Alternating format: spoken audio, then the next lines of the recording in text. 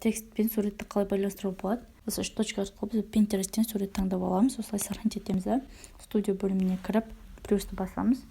White бөлімін басып, мысалға әртүрлі сіз stories формат болса 9-алтын таңдайсыз. Егер де пост формат болса 3-4 немесе 1-1 таңдауыңыз болады. Image бөлімінен сурет таңдап аламыз. Stories форматқа өзгертемін.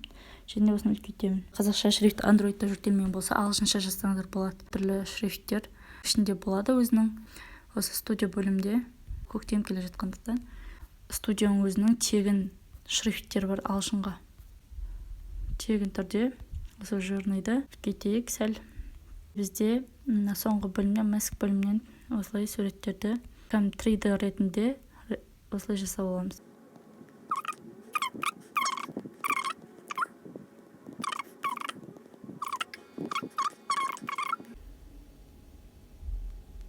Жақындатып, осылай толықтырамыз.